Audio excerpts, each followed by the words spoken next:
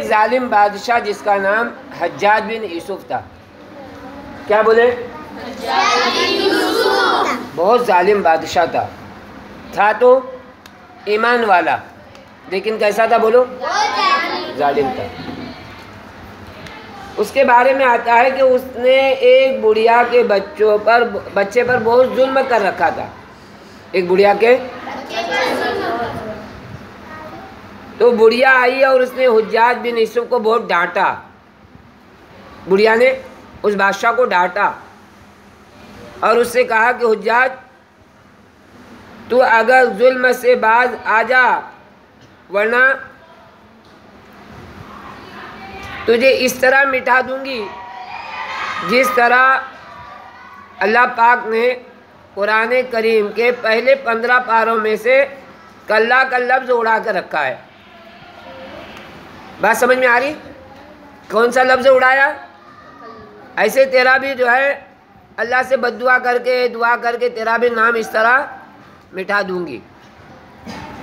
حجاج تو خود بھی حافظ تھا، قاری تھا، بلکہ مقری تھا، یعنی قرآن شریف کے پڑھنے والا تھا. اور عجیب بات کہ طبیعت میں سختی بہت زیادہ تھی.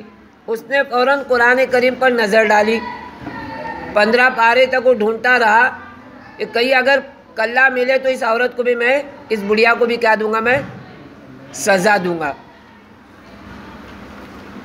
تو اس نے دیکھا کہ پورے 15 پارے میں کہیں اس کو کلّا کا لفظ نہیں ملا. 15 کے بعد ہوگا لیکن 15 سے پہلے نہیں ملا. تو عام روزمرہ کی گفتگو میں بھی عورتوں کی ایسی علمی جو ہے صلاحیت تھی کہ جو فوراً جو ہے باتیں کرتی تھی وہ بھی علمی دائرے میں کرتی تھی. ایک عورت نے تو حد کر دی. کیا کی معلوم؟ حد کیا کہ اس سے عبداللہ بن مبارک رحمۃ اللہ علیہ نے ایک عورت کا واقعہ بیان کیا ہے جو قرآن کریم کی آیتوں سے بات کرتی تھی. کیا کرتی تھی؟ قرآن کریم کی آیتوں سے بات کرتی تھی.